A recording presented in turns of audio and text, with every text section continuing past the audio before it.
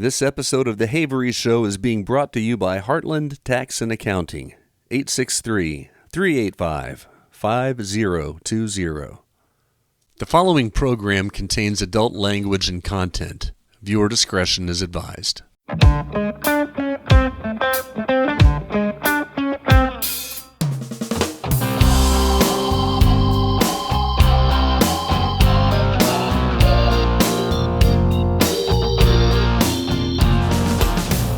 With us on today's episode of The Havery Show, we have somebody I'm just now starting to get to know. I've seen you around town. It's an author, artist, illustrator, and we're going to find out a whole lot more. Kris Courtney is with us this morning. Welcome. Good morning, Harry. It's such an honor to be here. I'm so glad you're here. You've been a part of my life in Sebring for the last 3 years. I come and listen to your music. All the time. You're a pinnacle and an icon. Pinnacle and an icon. Well, I don't know that I've ever been called either one of those, but I'll take that from you. Thank you very much. You're welcome. I was flipping through Facebook the other day. Yeah. We've known each other as acquaintances because you come to the shows. You come to so many of my shows. And, I enjoy your music. I like the genre. I like the simplicity of it. And you know as well as I do, when you meet somebody, you can tell whether or not they're a good person. I knew you were a good guy. Well, thanks. I'll take that. And likewise. Thank you. I was flipping through Facebook, and I saw this painting. The painting caught my eye first. And then I saw your name. It's like, wait a minute. Right. This guy's an artist. Mm-hmm. And I loved the painting. It was a seascape, Mexico or something. Siesta. Siesta. And then there was one that you put before that. I don't know how often you do these. I don't know how often you post them on Facebook, but it was beautiful. Thank you. I was like, okay, now I did not know this about this guy, so I went on, I Googled you. And lo and behold, came up with three things. It's amazing, though. So, three marks. Three marks and a bunch of ads for Google. Well, yeah, I saw that you were on the Barry Foster show. Yep. And then that led me to the book, and then that led me to... So now here we are. I don't even know where to start. See, normally when I have somebody on the podcast, it's somebody that I've either known for a really long time, or at least it's someone that I've known through Sebring. So I can tell you anything. You can tell me anything. I'm not going to know. You can boldly lie to my face this whole time. That's one thing I don't do, Harry, is I don't lie. Well, all right. Then I'm going to take everything at your word. Please. So I'm not even sure where to start with you. Do you want to know me as an artist and an author? Do you want to know me as a person first? I want to know you as a person first. Yeah. Where'd you come from? Why are you in Sebring? What are you doing here? Not all stories are bunny rabbits and puppy dogs, Harry. I know. But you know what? We're here for reality and for the truth. So there you go. Okay. As comfortable as you want to be. You heard it, folks. He asked me first. I was born with multiple amputations and birth defects and deformities. I was in a full body cast when I was 3 days old. Wait a minute. That's a lot for a first sentence. For the first 72 hours of my life. You were born with multiple amputations. Correct. What is that? What are we talking about here? I don't have basically a right leg. I don't have basically all my toes. I truly do not have all my fingers. My body has been rebuilt. I had over 20 surgeries by the time I was 10 years old to be able to function and walk. If you've ever heard the St. Jude TV commercial, kids on TV, yeah, some of us grow up to be 60-year-old men. Wow. So you're a miracle. You're a walking miracle. You're going to make me cry when you say that. I don't claim that, although I know where my power and my strength comes from. Yeah. What was? How old are you? Let's go there. I'm 66 this year. Okay. And my mother divorced my father and married my stepfather, who is a 20-year Marine Corps drill instructor. And I grew up in Southern California in the late 60s and early 70s. Had my last surgery when I was 14. Reality sucked. I was the kid walking down the hallway with the braces. I was the kid on the other side of the fence at the ball diamond. I was the kid on the outside window at the swimming pool. So I'm sorry to keep interrupting you, but there's things that I got to get right in my head and try to do this with some sort of continuity because I want to hear about all this. But 60 plus years ago, Did they have ultrasound? Did they have sonograms? Did your mom know that she was expecting a baby who was going to have some issues? Was she prepared or was she just shocked? My first book, I wrote the first page when I was 12 years old. I always knew that my life and my family's history and the experiences that we were having was different. I just didn't understand. Reality sucked. God made a mistake. I can prove it. Just give me a mirror, I'll show you. And that was the mentality of me growing up. Now, I was surrounded by incredible, incredible human beings. My mother was an incredible human being. At age 10, though, after periods of time of seeing people at family reunions and this, that, and another, take a drink of alcohol or this, that, and another, oh my God, they changed. They're not in reality anymore. They're different. Wow. I want to be that because I don't like who I am now. Yeah. At age 10, I smoked my first joint. By age 12, I was a drunk. By age 14, I was dealing drugs. And my life continued on as dysfunctional. This is in California? It was. It began in California. After my mother married my stepfather, I went 2 schools up to the age of 10, but between the age of 10 and 17, I went to 11 more. I went to 13 schools before I finally graduated. 13 schools. And that was in Muncie, Indiana, where I finally graduated. And it just created a period of my life that was in the 70s, and I'll just shoot it straight. Fast cars, drugs, rock and roll, and women, and, escape reality. Yeah. I was never a social drinker, drug user. The only thing I never did was put a needle in my arm because I had so many in my arm already as a kid. Mm-hmm. And my goal was to escape reality every time. I shot for oblivion every single time. Your stepfather or your father was in the Marine Corps? Stepfather. Mm-hmm. I'm assuming he didn't take well to your rebellious ways. Actually, like the song says, why an angry young man? Yeah. Ironic here that we're talking in that regards. He taught me lessons that I wanted to learn and some I sure didn't want to learn. Oh, yeah. And now, looking back, I'm grateful for every single one. He was an incredible human being as well. He did the best he could with what he had to work with. He and my mother were childhood sweethearts. And so when my mother divorced my dad, I came home from school one day in Indianapolis, and there's this huge monster of a drill sergeant standing in my kitchen. And that was the beginning of our lives in 1969. Holy moly. Oh, it gets better. Oh, my gosh. Hold that thought. I'm turning off the AC because it's going to blow into the microphone, and then it's going to mess me up with my post. So, 1969. Yep. And you've already lived more of a life than any of us could ever even imagine having had to live. Let me just not to correct by no means, but let me just tell you something. I spent about 40 to 50% of my life in a hospital for the first 10, 12 years of my life. I've seen, experienced, and witnessed and befriended people that have far more severe issues, did not survive.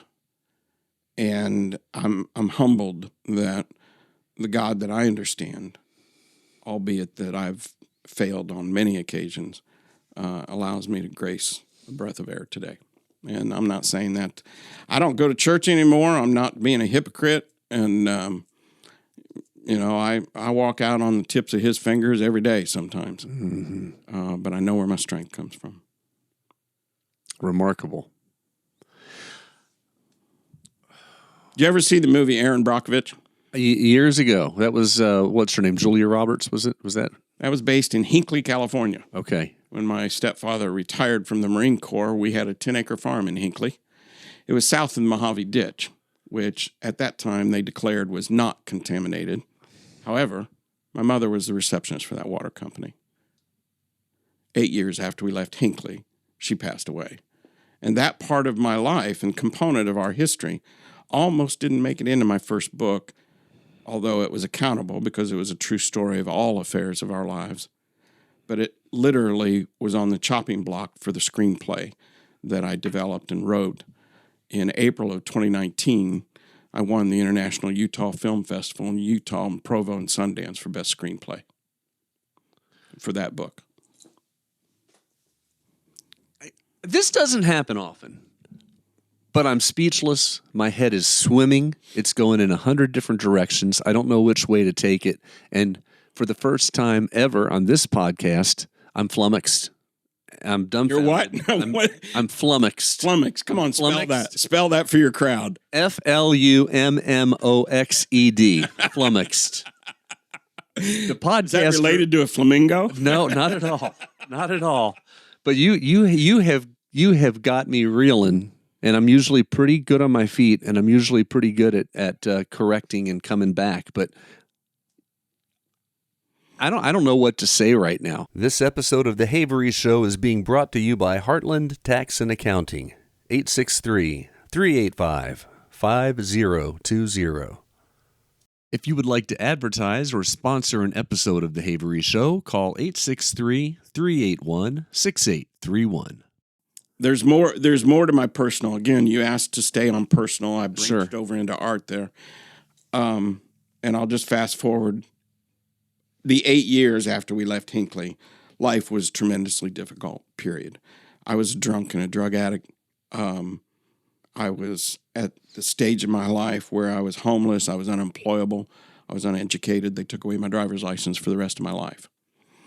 Did you know that homeless people can find a metal shed in the backyard or a wooden one? The wooden ones have too many bugs.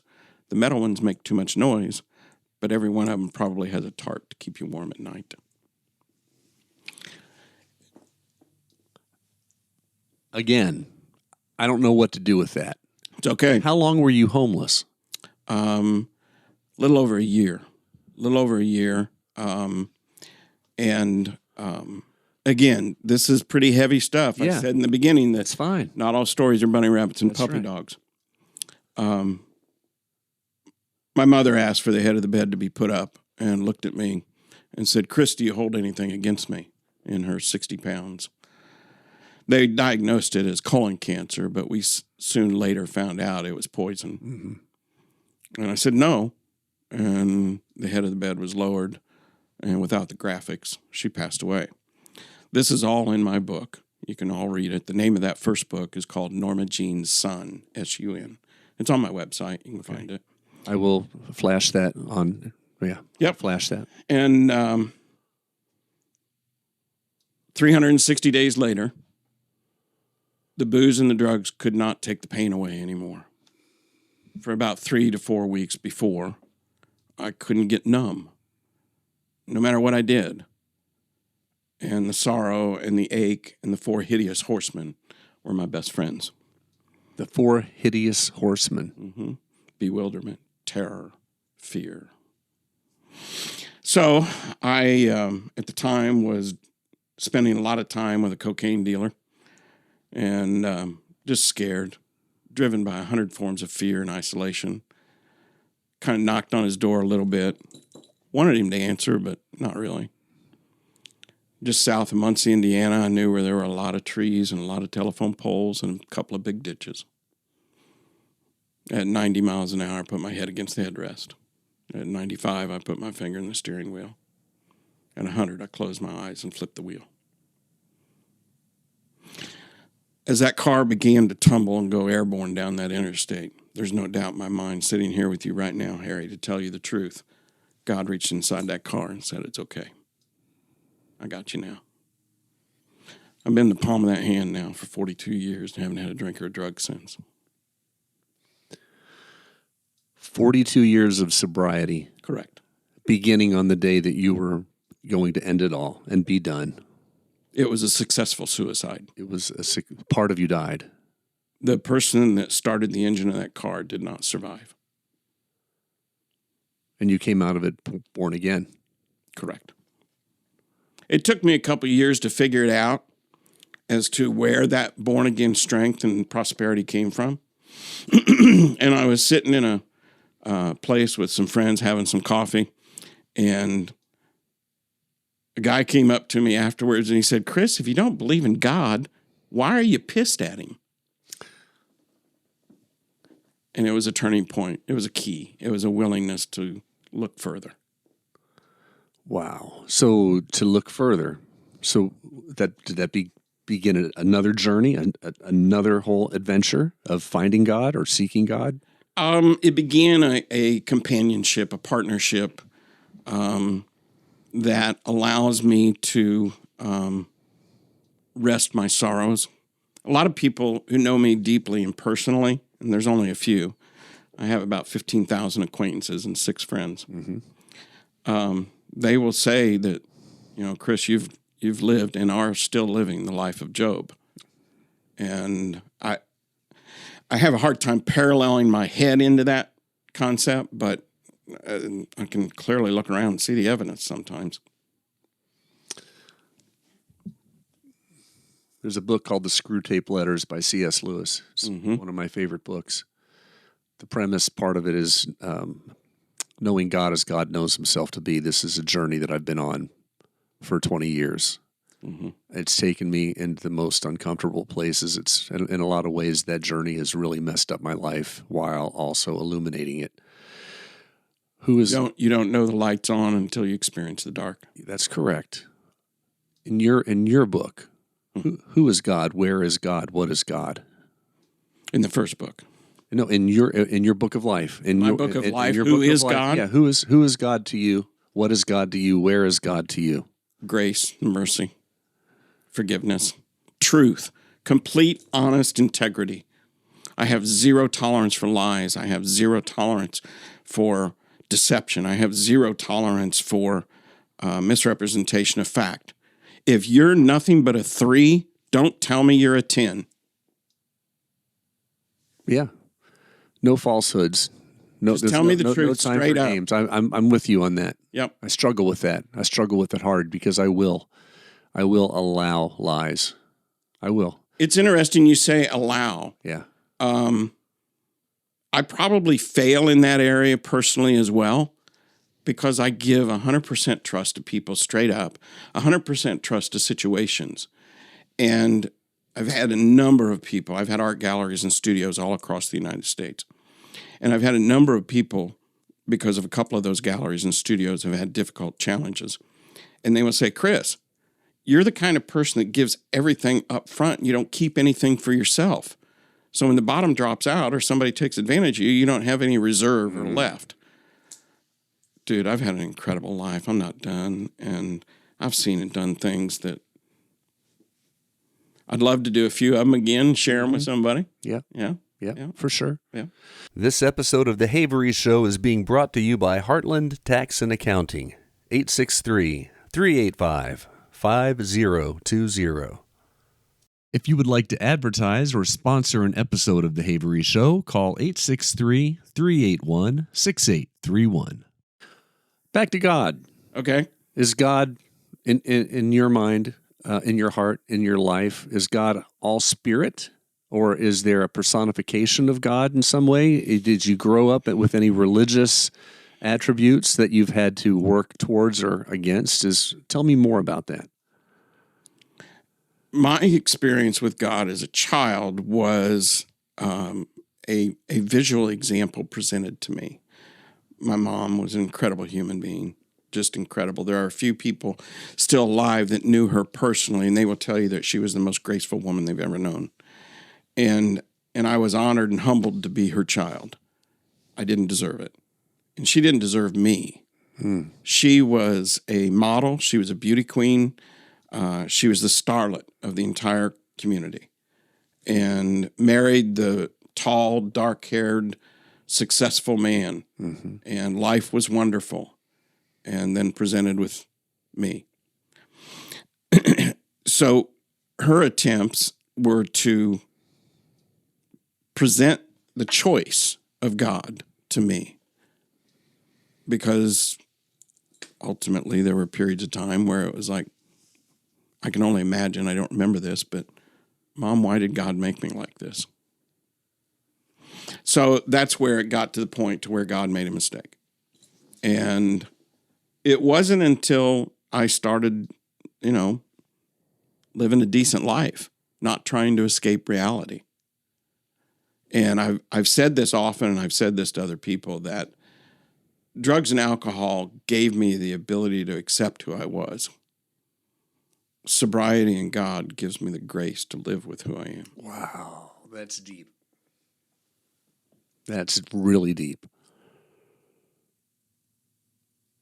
Your mom, we're talking about a time, correct me if I'm wrong, I'm more often than not wrong, where, and your mom raised you in the house and just treated you like just a typical normal baby. Oh, when I get the crap beat out of me at high school or walking around with my braces and this, that, and another, and somebody knock my books out or, smack the snot out of me or whatever, she wouldn't come running and pick me up and say, "Oh, poor baby." She'd say, "Kris, get your ass up and fight." Yeah. Fight. Yeah. Again, correct me if I'm wrong. There, I think, would have been a temptation to take a baby like you and put the baby in a home. I was slated actually for termination. Termination. Yeah, the doctors, in my first book, again, Norma Jean's Son, although it's not the entire medical record, there are excerpts that I was able to capture throughout history. And one of the doctor's recommendation was to terminate the child.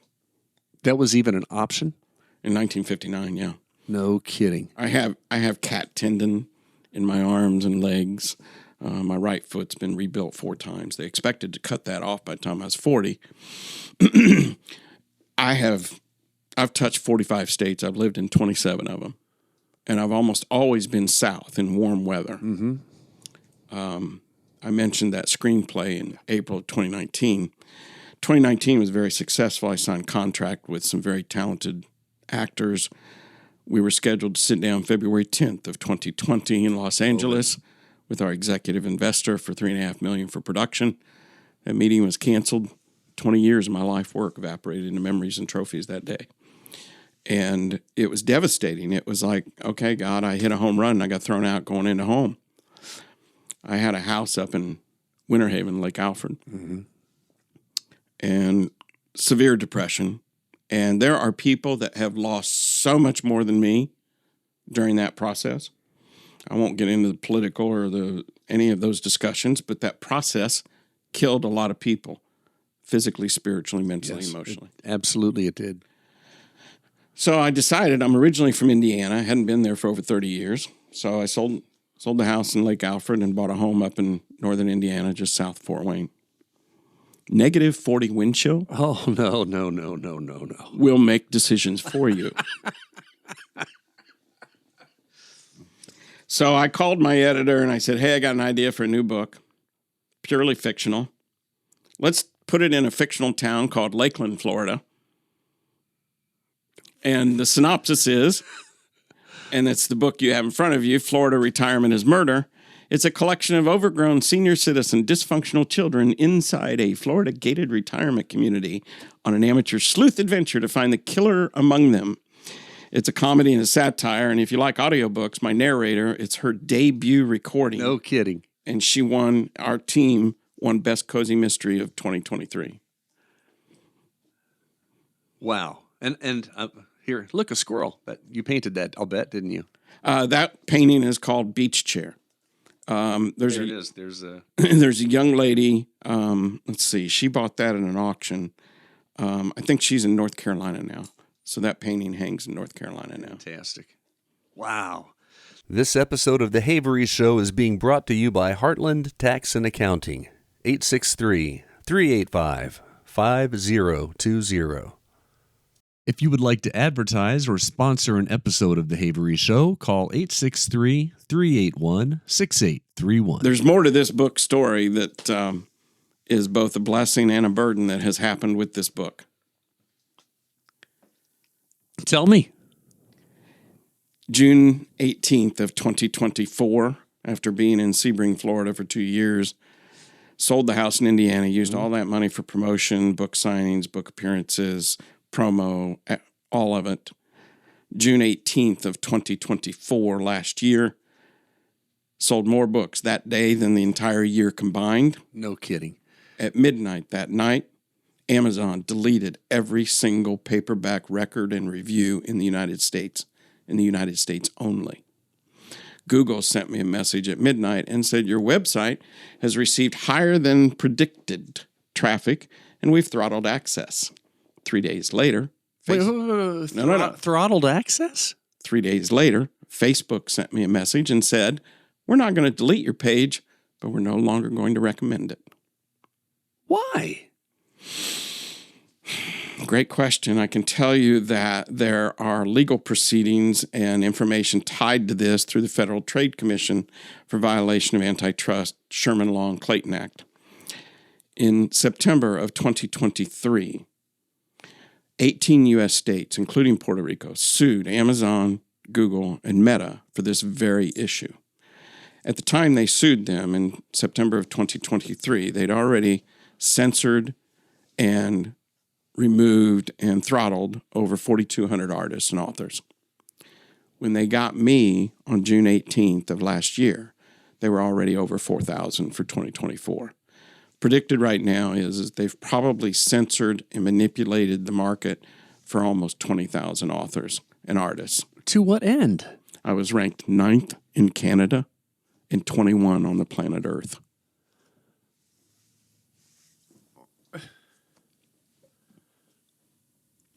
Fast forward. I got you. No, I got it. That's the same reaction. Let's fast forward to September of this year, 6-7 weeks ago. There's a process that has begun. And in September 15th of 2025, we have sent a letter of preservation of data records, which means basically give us all your information related to this product, including communications, internal and external, that have applied to this process. Within 72 hours, this book that magically disappeared showed up again, without the reviews, with additional penalties, with additional censorship. Google sent me an email and said, we will not provide that until you activate a legitimate legal action. And Facebook deleted, I think, about 9 advertisements at the same time, all within 72 hours. I'm not one of the good old boys. I'm a micro publisher. I've written 11 books, published 7 of them. I own everything. I own all my ISBNs. I own all my copyrights. I'm fully protected in legal law, but I'm obviously not protected from the good old boy network. The good news is this. I don't have anything left to lose. They bankrupted me. I lost it all. My business went bankrupt July 1st last year. I'm lucky and blessed and honored. Back when I used to be somebody, I had an engineering robotics company in Dayton, Ohio. I can make a robot kiss your ass, but I can't save a marriage, save my life. Wow. So I know all these things, and I built a better mousetrap. And this was supposed to be my recovery from 2020 collapse of the film. And I got thrown out sliding into home again. Job. Thank you. I don't like that name anymore. I keep hearing it over and over and over. Yeah. So you were a threat, clearly. Oh, I don't know if I even want to use the word threat. Here's the thing is that what gets me is Amazon gets, like 75% of the cost. They get the printing fees. Sure. They get, and so my royalties on, let's just say I sell a book. The paperback's $12.95. The ebook's like $3.50 or something. So I sell a paperback for $12.95. I get like $2 and a nickel out of that. Right. The rest of it goes to them directly. Yeah, that's right. For marketing, distribution, et cetera, et cetera. If you go to my website, without harping on this too much, all of the records, they're there. There's links to the Federal Trade Commission. You can read all about it. It is extremely well documented. And the argumentative problem that I have with the way the FTC, the Federal Trade Commission, is handling this is that although Amazon and Google have submitted multiple forms to dismiss it, a judge had finally said, nope, I'm going to listen to this. I'm going to at least look at it in October of 2026. You got to wait a year for. And that's not a hearing. That's just they'll put it on the docket. And I don't say this to sound morbid by any way, shape, or form.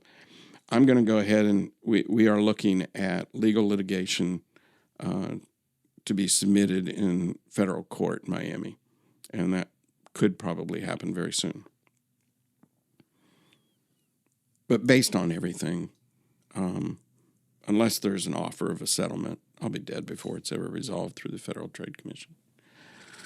I'll be one of these artists that makes a hell of a lot of money dead. That's criminal. Welcome to the United States of America. The land of opportunity. Land of opportunity and greed. Until you step on somebody's toes. Well, until you build a better mousetrap. Yeah. The old adage, build a better mousetrap, they'll beat a path to your door. Mm-hmm. They did. Mm-hmm. Creative Arts Agency had already asked for the film and TV rights. We'd already been in negotiation. We were waiting on the package of principal for the option to arrive. And then all that happened. Crickets ever since. Haven't heard a thing.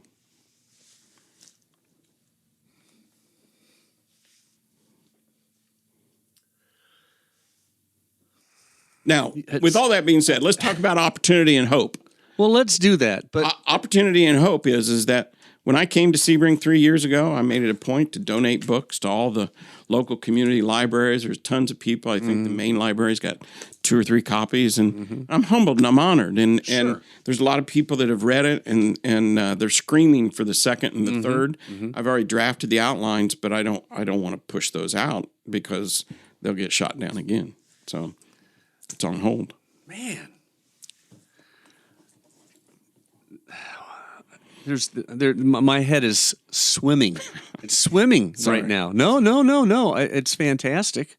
You just thought you were going to talk to a short guy. I had no idea what I was getting into when I asked you on the show. I had no idea. You said something just in passing, kind of like a fart in the wind. I do that. I do that sometimes. Robotics company. I can build a robot. What? Yeah. What? Talk to me about the robotics. When I was given the gift of sobriety, my family, both on my father's side and my mother's side, were very well-to-do in Indiana. My grandfather was chief engineer and supervisor for the Geipel DeMars Construction Company. He built the Merchants National Bank, for example. I was on the 32nd floor of that thing when it didn't have walls or windows. My family, the Courtney side, we, the principals, the patriarchs of our family, owned Quality Gauge Tool and Die out by Speedway over by the racetrack. We were very comfortable.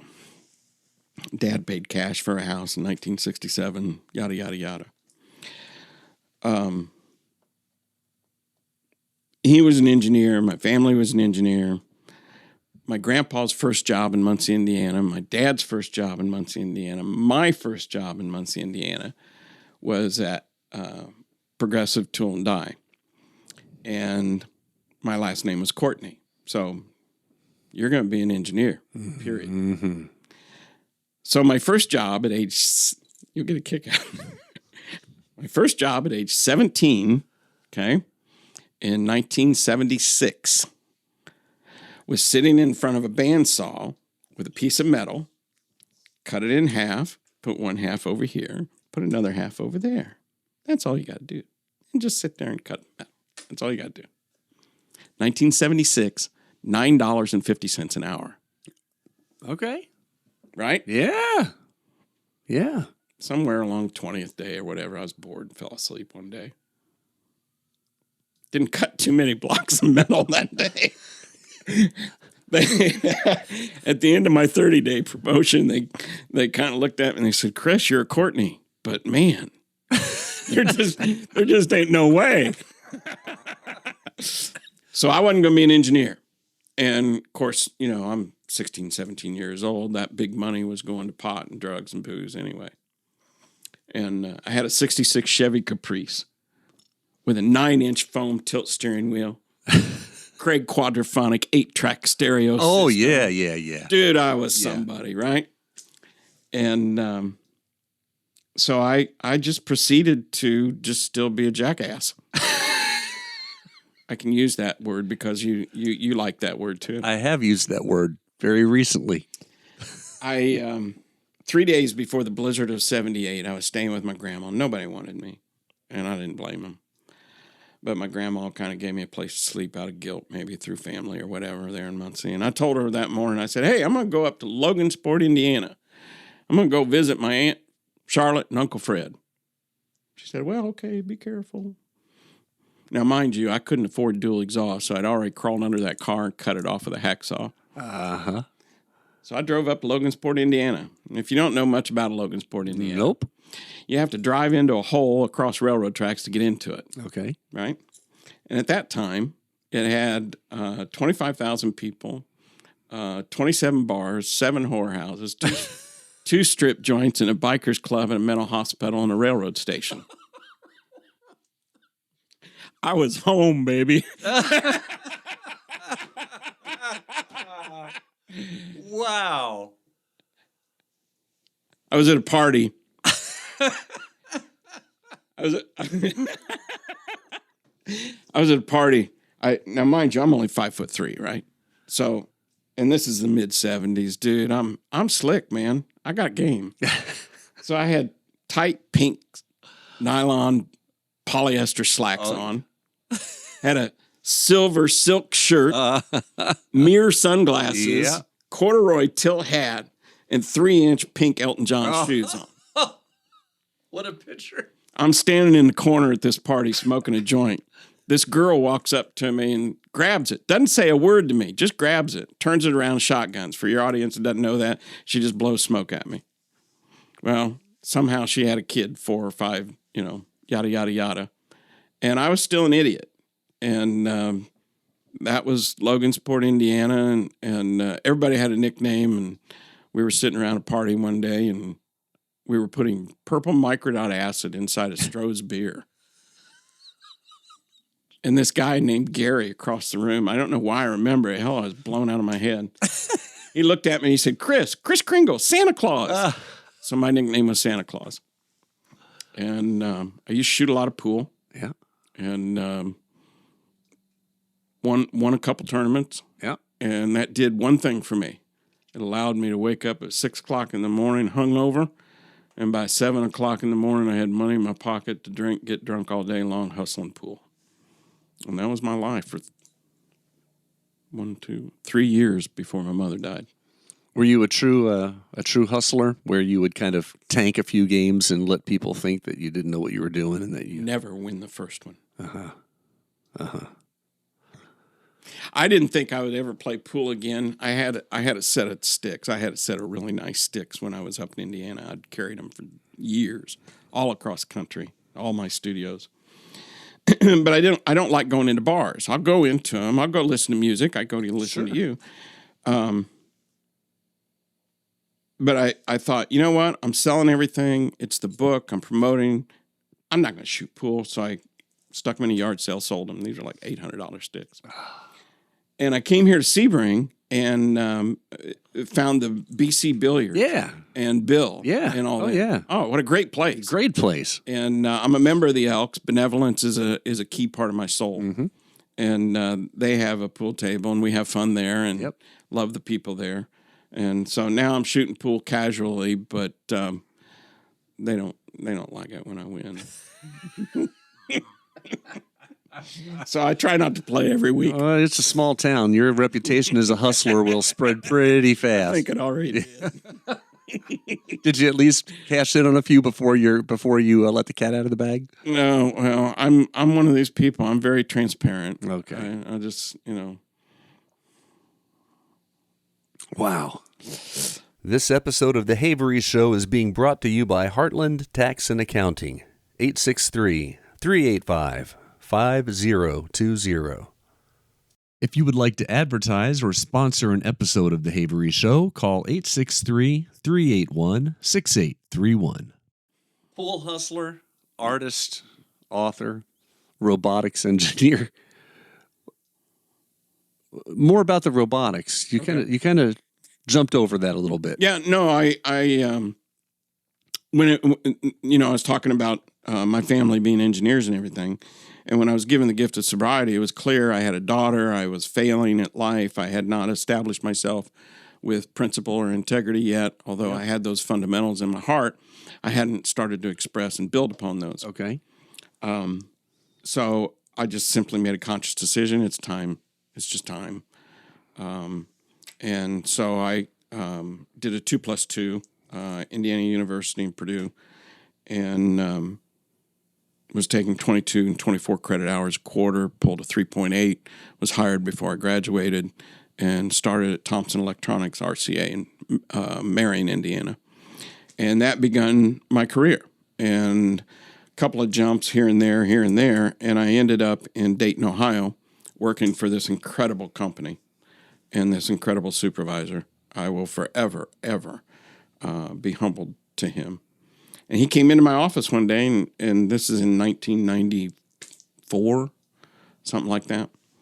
And he said, Kris, somebody with your skill set, with the way the market and the technology is booming, and the fact that, and I'd already won awards. I'd already won a couple of awards in Long Beach for software and development, headlight configurations, et cetera, for the auto industry. And he said, you need to be out on your own.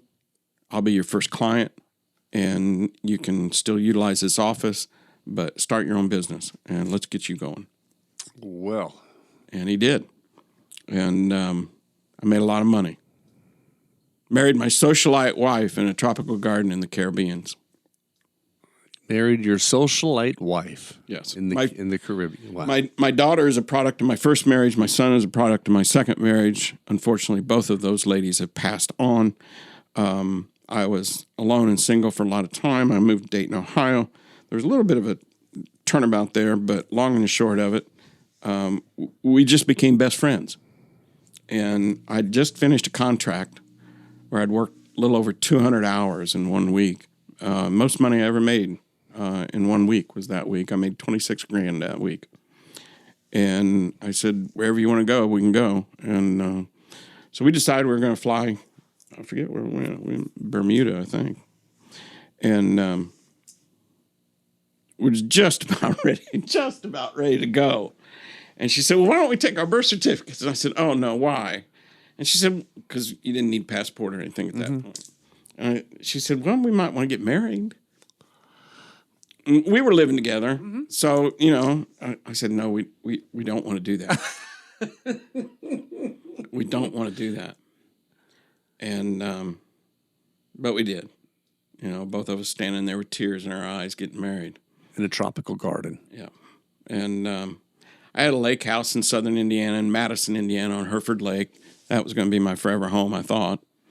And had a bunch of rental properties in Dayton, Ohio. I had a really nice home in Kettering. And life was successful. So I thought. I built a house of cards. And it scared me. And my contracts, my physical body was starting to deteriorate quickly. I worked as hard and as long as I possibly could. And as the contracts began to fail because I couldn't keep up the time schedules, the money started to go away, and I don't know what the number was. Let's just say hypothetically it was $5,000 a week to keep those cards up. And, I wasn't pulling that in anymore. And I had a complete, total mental and spiritual breakdown. And I claim 100% of that. And I also give recognition to that's when God tapped me on the shoulder and said, are you done? Are you ready to be who you really are? And that's when I started painting, writing professionally. No kidding. I'd always written and painted throughout the years. I'd go through a tragedy or a circumstance, and I'd write a couple pages, stick it in an envelope. I'd paint a painting, throw it in the trash, stick it outside. But it was clear at that point in time that pivoted. It was time to be who I really was. And I say this in kind of a mysterious way. It doesn't mean that I'm anything or a seer or a psychic, but I firmly believe that, it was a God inspiration that said, you may never, ever be rich again, but you're going to be wealthy beyond your dreams. And And I believe that's come to fruition despite some of the surrounding circumstances that continue. It's a lot of people would never be able to differentiate between those two things. You have to. And again, it gets back to what we spoke about a minute ago. You don't know if the light's on if you've never been in the dark. Right. That's very, very true. Robotics, software, programming, we're living in an unmatched age right now. With AI, with Boston Robotics, with some of these, the stuff that the Japanese, the Chinese are creating, these bodysuits that you can step into like science fiction movies. I can tell you that the core base of that is what's called a kernel. I helped and partaked on a project for the AT&T kernel out of Chicago. I helped work on and develop AutoCAD version 10, done a lot of stuff. And I can tell you that most everything that you see today is nothing more than another layer on top of another layer. There's very few originals in anything anymore. It's just an expansion. And I have great fear for a lot of the things that are taking place. And I said back in the 90s, I said then, and I hold true to it now. Maybe you've even seen me say that on social media. Social media and social technology will breed antisocial behavior. Oh, it already is. And it has. Yeah. Oh, yeah. Absolutely. Well, it doesn't take anything more than walking down the street and someone can't lift their head from their phone to say good morning. Right. Or will have their earbuds in and won't even turn their head to glance. Will just walk straight ahead and not even acknowledge that another human being has entered into their presence. Nobody's connected at the soul anymore. Nope. Well, the soul, isn't that really kind of the target of this whole thing anyway? Right.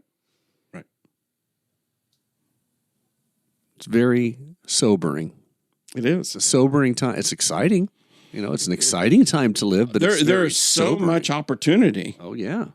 But it's like anything else. You've got good guys looking at it and you got bad guys looking at it. Yeah. AI, I don't know what you've done with AI. I use AI a little bit in the studio here to change vocals and to change a vocal from a male to a female or something like that, just so that I can sing a vocal part and phrase it exactly the way that I would want it phrased with whatever voice or accent, if I want it to be a southern accent or whatever, and I can add, I'll sing it just the way that I want it to sound. And then I can take that online and use AI models and pick between, 5, 10, 20 different female singers. My voice, her voice then becomes my voice. And you cannot tell. You cannot tell. I want to hear you sing Kenny Rogers. You got to know when to hold him, know when to throw him away. So I can do that. I can right now. I could upload a version of me singing The Gambler. Yeah. With just my guitar. Yeah. Just me singing. And put his voice on it. I can't put his voice on it because of licensing. Oh, okay. But I can load it into something called Suno, for instance, and I can say, I want this song to sound like a 1979 version of a famous country singer and describe Kenny Rogers. And it will adjust. It will get close. I'll be darned. It's amazing. Yeah, it is. Having said all that, my job as a producer, you can get on Suno, type in lyrics, and type in prompts. I want this to be a psychedelic song, heavy on the guitars, with a highly compressed snare drum and a really wide, fat bass drum, with a busy bass guitar and minor keyboards. Nice. And within minutes, it will spit out that. Now, I've noticed when I've watched you play your solo gigs. Yes. Do you ever use the technology as kind of like a rhythm backup slowly underneath you? Or because most of the time it's always just you. That's all. When I was 10, 11 years old, we had 2 tape decks. And about the size of this with a speaker here, and you put the tape deck in, and there are these buttons. Remember the ones I'm talking about? Sure, yeah, absolutely. So we had 2 of those, and I would record myself playing the guitar and Help by the Beatles was one that I Nice. particularly remember.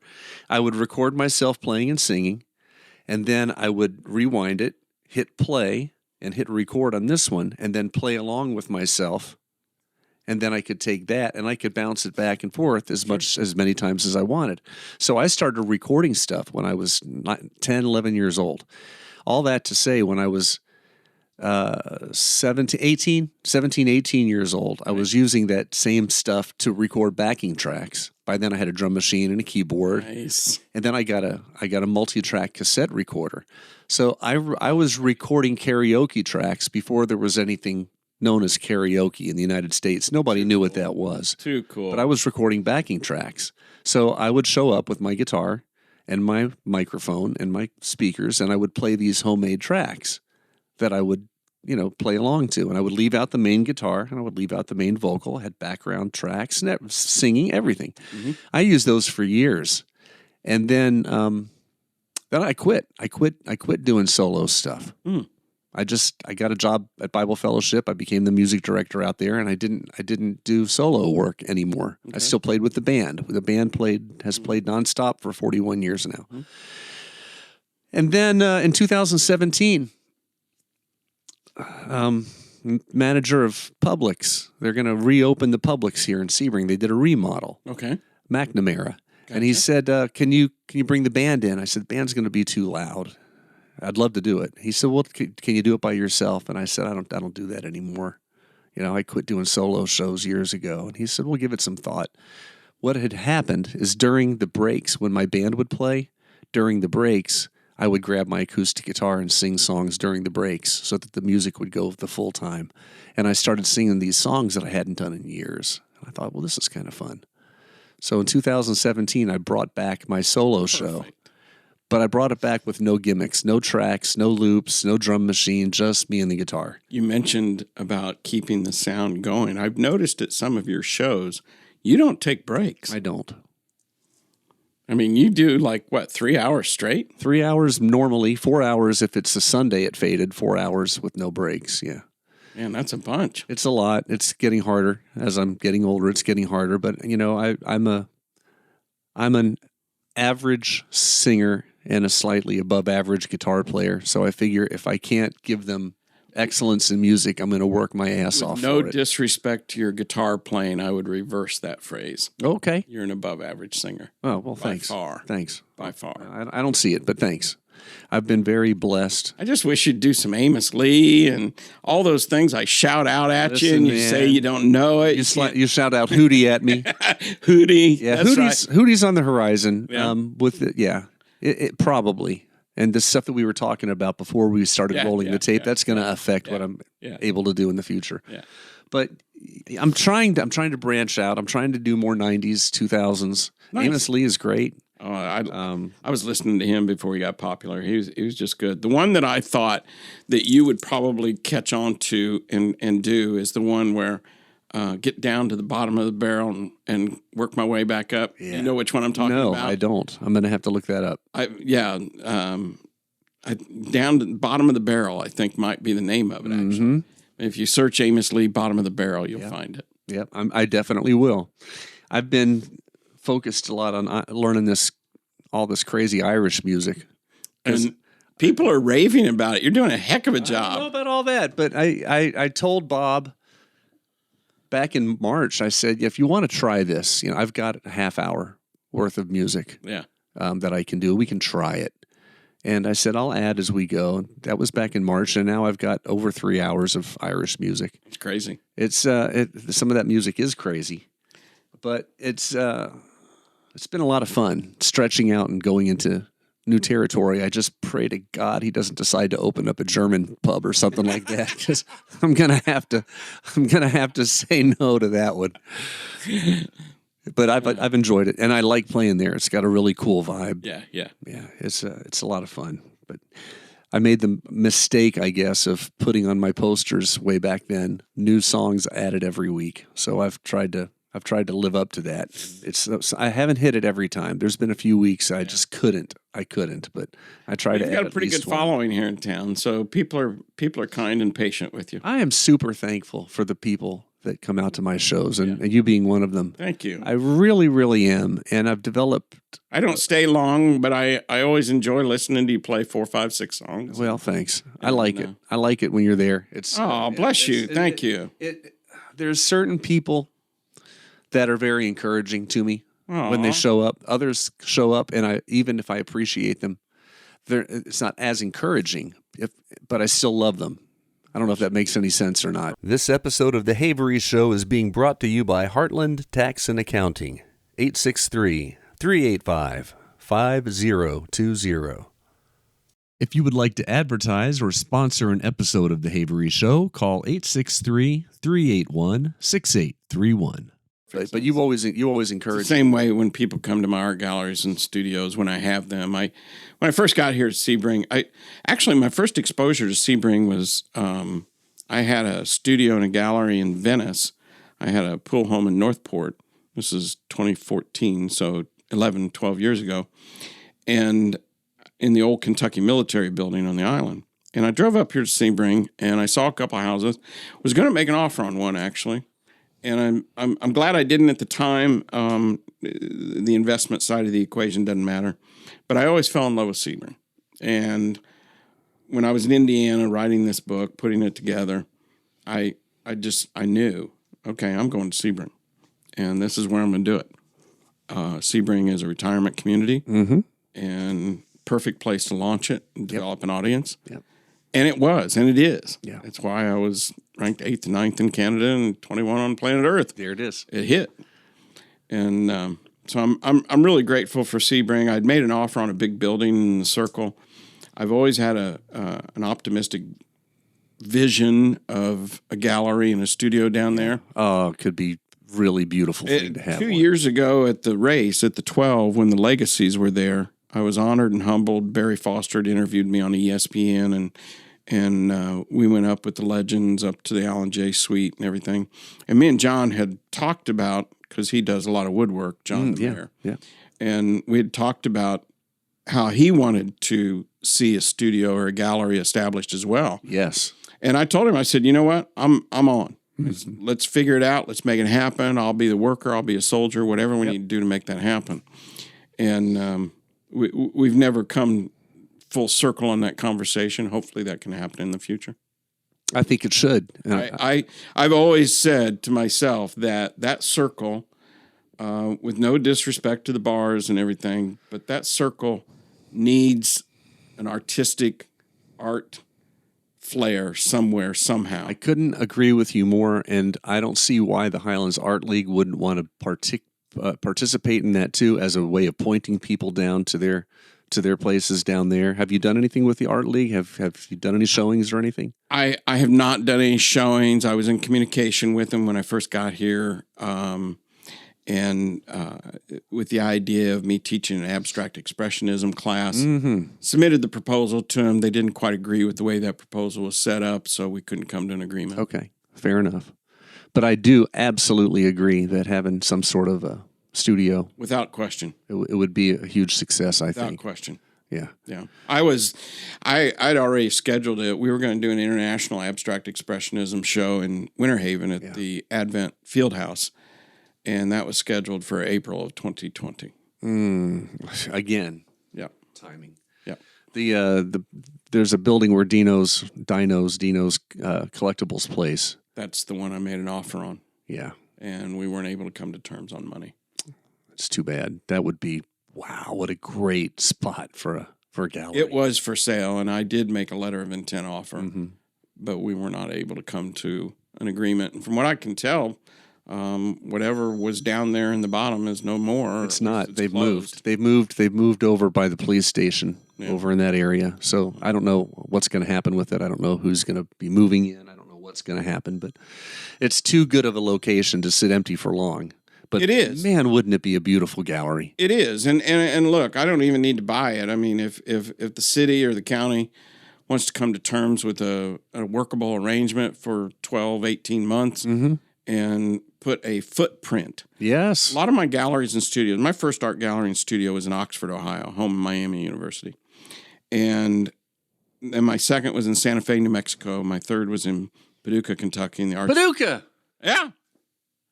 I was in the arts district. I'll be darned. You know Paducah? My daughter and I were on I have beautiful friends there. I love that town. That's where I was going to film. That's where that was going to be the location of the film. I already had production studio and space and everything ready to go. My daughter was moving across country to Montana. Okay. I drove her out there. So we had this road trip that took us through Paducah. Sure. We were both punch drunk from driving and traveling. Okay. And I don't know which one of us started first, but we're driving down the road in her little Toyota. We saw the sign Paducah. Mm-hmm. And for some reason, it just got us giggling. It's a giggle name. So we just lost it. And then we came up with this whole Paducah Thai pie something. We were so taken aback by it that we ended up spending a night there. And did you go downtown to the lower district, the river and everything? We were kind of in a rush, but we did go down that area, sure. and we found a donut shop. And we ate donuts in Paducah, Kentucky, and then we went back on our merry way and headed. Was it Reds or Munnels? I don't know. I do not know. Was it a white building? I don't know. This was years ago. There's only 2 donut shops in Paducah, Kentucky that deserve recognition. This would have been that's Reds or Munnels, and this guy feels Munnels is the better. Well, okay. We're going to go with Munnels. I think it was 2019. Were they there in 2019, Munnels? Oh, yeah. Okay, well, then maybe that's what it was. Yeah. But yeah, we were thrilled to spend the night in Paducah, Kentucky. How cool. Yeah, it was pretty fun. So anyway, I completely derailed your story. No. I got excited about Paducah. It's all good. Please continue. I had the gallery and studio in Paducah. It was wonderful. It was a blessing. I have a number of friends there. I just love that town. Still connected to many of them. Yeah. Let's see. My next gallery and studio. Where was that? Oh, that was Venice, Florida.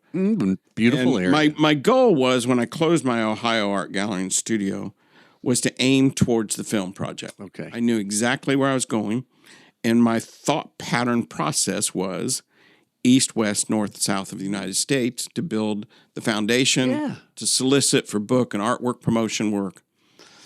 Came to Florida. Circumstances at that point, it had been almost 5 years, and I said, you know what, I think I'm done. I think it's time to go home. I don't know where home is. Maybe I'll go back to Dayton, Ohio. So I went back to Dayton, Ohio. All my friends and fans, they kept saying at this time, this is before the shutdown, I had like 10,000 followers, Twitters and Googlers. I mean, I was everywhere. And they said, no, go back to Santa Fe. You're better in Santa Fe. So I went back to Santa Fe, New Mexico. I was in Santa Fe. I couldn't get space. So I started looking for different space. And I found this advertisement for a space in Tupelo, Mississippi on Main Street. Wow. With an apartment in the back, front windows on Main Street, fully disclosed, fully visible. Made a deal over the phone. Threw everything I had, plastic boxes in the back of a rental SUV. Wow. Drove from Santa Fe, New Mexico to Tupelo, Mississippi. When I got there, it was a smoke and mirror. Do you know what a 20-footer is? No. A 20-footer is a used car that looks really good 20 feet away. Okay. And that was the case here. Oh, no. So I got there late in the evening, so I had to sleep. So I slept inside, called people, and I said, look, this isn't, this has been misrepresented. I want my deposit money back. They said, okay, you can have it back. It's just not going to work, blah, blah, blah. That morning, I'm sitting homeless in a McDonald's in Tupelo, Mississippi with a rental car in a parking lot. Wow. And I got online on Facebook and everybody, and I have a distant cousin, friend, school buddy that I have deep, deep respect and love for. And he almost instantly replied. He said, I'm 10 hours from you. I can come and get you. Can you get here? And I said, I can get there. He said, come on. We got a room. And so I went down there, and that was in Houston, Texas. And I'd actually lived in Houston, Texas before, many years ago, back in 1980 when the work boom business was going on. Mm-hmm. It also provided great opportunity to get drunk on a regular basis. So I almost put a gallery and studio on Kima Island outside of Galveston, and that did not come to fruition. And one of my fans got a hold of me and said, look, I've got a cousin or a nephew, I think it was, lives in Georgia, just outside of Macon, Georgia. He could use a roommate. You can get your feet settled. and it'll be a win-win for you. It's a great town. Go check it out. I said, okay, cool. So I called the guy, yada, yada, yada. Everything went well. Went to Georgia, and sure enough, it was good. So that's where my next gallery and studio was. Met a dear, beautiful Georgia Peach friend, and we hit it off, and we spent many days. And her mother was beginning to get ill, and she lived in Panama City. And they had just declared her blind, although she could still see and was still driving. And I asked her, I said, hey, do you want to go down and live near your mom and help take care of your mom? She said, yeah. And I said, okay, let's make it happen. So I got a hold of the Panama City Arts Council. They offered me a studio and a directorship. We drove down and shopped around Mexico City, or Mexico Beach, rather. Ended up getting a condo 10 doors down from her mother, secured it, signed the lease, drove back to Georgia, closed the Georgia gallery and studio and the house, sell everything off. October of 2018, while we were in Georgia, Hurricane Michael obliterated my studio, threw our condo in a lake. I was homeless again. She moved in with her daughter in Georgia, and I rented a cabin down here in Winter Haven. Mm-hmm. That was in 2018. I was in the midst of all the film, PR, promotion work when all that happened, and that's how I got displaced back to Central Florida again. Mm-hmm. And I made a conscious decision at that point in time. I'm Florida. This is it. Yeah, I'm here. And that was all well until the June 18th of last year. And there was a brief period for about 8 weeks. I had to go back to Western Tennessee and Western Kentucky in Paducah. One of my associate producers is there in Paducah. And we had to get the business stabilized so I could survive. And then I came back to Sebring. Wow. What a life story. And now I have a condo on Lake Jackson. And I wake up talking to God, looking at a lake, and I go to sleep thanking him. That's wonderful. Yeah. That's a good note to end this on. Okay. I always end with a quirky thing. Please. It usually has to do with, something about if you could have breakfast with one person or if you could be an actor in a movie or, something like that. I'm going to go a different route with you. Given everything that you've been through. Allowed to experience. If you could turn back the hands of time. Mm. Careful. This is a hard one. Yeah. I think you might know where I'm going. If you could have a redo and be born without those birth defects and live an entirely different life that you don't know what it's going to be. You have no clue. Would you roll the dice on that? No.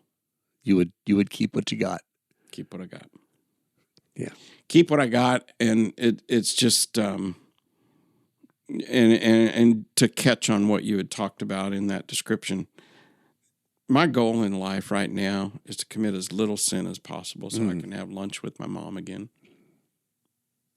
Yeah. It really is that simple. I can't remember her voice anymore. Mm-hmm. So when I encounter difficulties and challenges and dishonesty and, legal issues and all those things, I'm a big fan of honesty and transparency. And, the devil has been having a lot of fun with me lately, evidently. Mm-hmm. And